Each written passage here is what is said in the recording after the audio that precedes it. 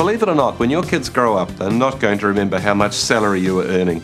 They're not going to remember the type of car you drove. They're not going to remember whether you kept the porch painted or not. The things that kids are going to remember and talk about for the rest of their lives are the fun times that you did together as a family. And so we're going to suggest a few things to help you build a museum of memories. Hide and seek meals are great fun. They're a great way of turning around the atmosphere at your place. They're also a great thing to do if your kids want to bring friends home for dinner, because you don't have to worry about what you're going to serve them, they won't notice, and you don't have to worry about tidying up because they won't notice that either. So what you do is, when the kids come in for dinner, you give them a clue each, and on that clue is written where they'll find their meal. So it might be under the bed, might be in the shower, might be in the bathroom, might be in the garage. And on the back of the card, you write where they're going to find their dessert. It's great fun. So as I say, no one notices what they're eating, and it's great fun finding what they didn't find about a week later. Most families have takeaways every so often, but how about going down and eating them in the park in the dark? Little kids don't get out in the dark very often, and it's spooky and scary and fun. We've done this a couple of times and it's always been marvellous, and we haven't been mugged so far, so that's always good too. Have you thought about turning your living room into a restaurant? A friend of mine told me this idea and she said it was a great hit. She decided that, things needed to lighten up at her place. So when everyone came home, she said to them, "Get your best clothes on." They came back into the lounge. "Why, Mum? Where are we going?" She said, "You're going to a restaurant." And then she led them over to the table. She had the lights dimmed, she had the candles on, she had the music playing. They sat down and she said, "Actually, I only had pizza buns to serve," but they didn't seem to notice that. And they all sat there and they had a lovely meal. And as some of the kids started getting louder and a bit bolshy, she said, "Shh. If you're going to act like that, you'll have to go outside. You can't be like that in a restaurant." So they calmed down, they had this lovely meal, and then at the end of it, her oldest son said, "Mum, can I have a waltz?" She said to me later, "I can't believe I got away with it with pizza buns." Adventure is always a great thing to stir into a child's memory mix too. So how about camping? Because camping always guarantees adventure. I've slept out with each of my kids now in a pup tent.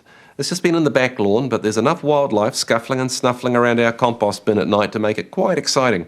The last time we did it, I slept really, really well, from about 1:37 a.m. through to about 1:39 a.m. The rest of the night was pretty uncomfortable, but yes, it was an adventure.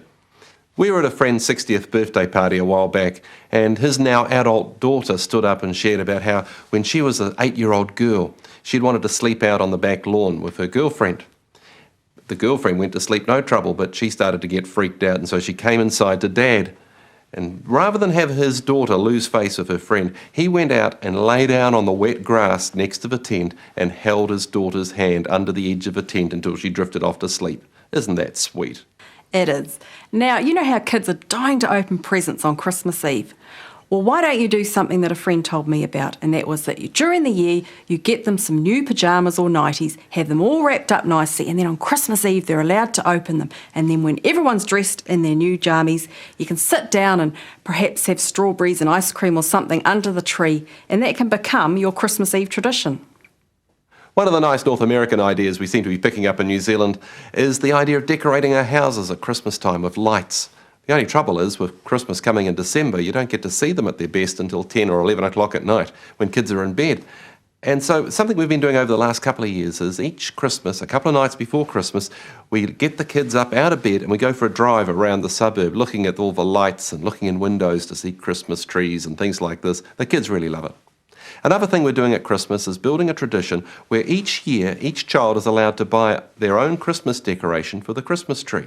At the end of the Christmas period, it comes off the tree and into their own box. And as the Christmases are going by, they are building up a collection of their own Christmas decorations.